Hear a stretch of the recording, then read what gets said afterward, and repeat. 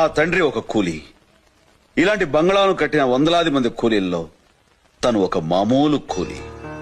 రోజుకి 20 రూపాయలు, కేవలం 20 రూపాయలు కూలీ చేసి నన్ను పెంచాడు. తన చెమటతో నన్ను చదివించాడు.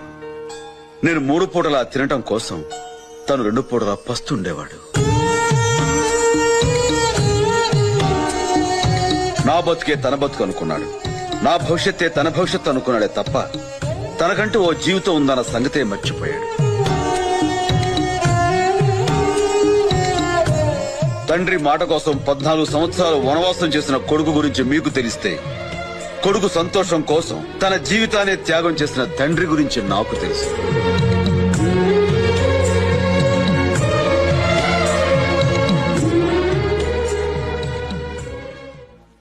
మా నాన్నతో ఏమన్నావు?